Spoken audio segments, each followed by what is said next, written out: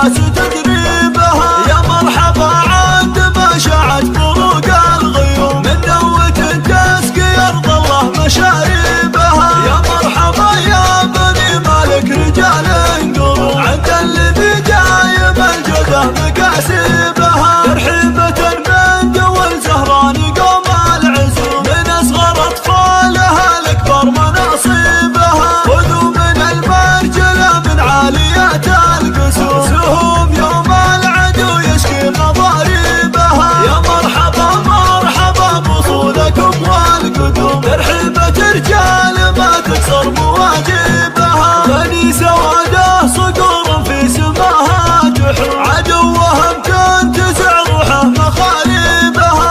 أميرهم ساعد الطيار سيفا حسوم، تدري به الناس شرق الأرض وجنوبها. يا مرحبا باسم شيخ للجمايل عزوم، محمد عبد الله القالات ناشبها. يا مرحبا عن رجال يردعون الخصوم، شجاعة في وريد الدم يجري بها. واختم كلامي بذكر اللي عزيز الرحوم، صلاة ربي على المختار مصيبها. أبدأ من ذكر الله أول قبل بدع العلوم، يرضي نفوسا رضا الرحمن مطلوبها. يا مرحبا عند قوم يحفظون سلوك، على الكرم والمبادئ دايم اسلوبها. راشد يرحب ابو راشد وجمع العموم، خليفة احمد عمر بالجود يطيبها. وصيتهم من ورا سطح القمر والنجوم، مذاهب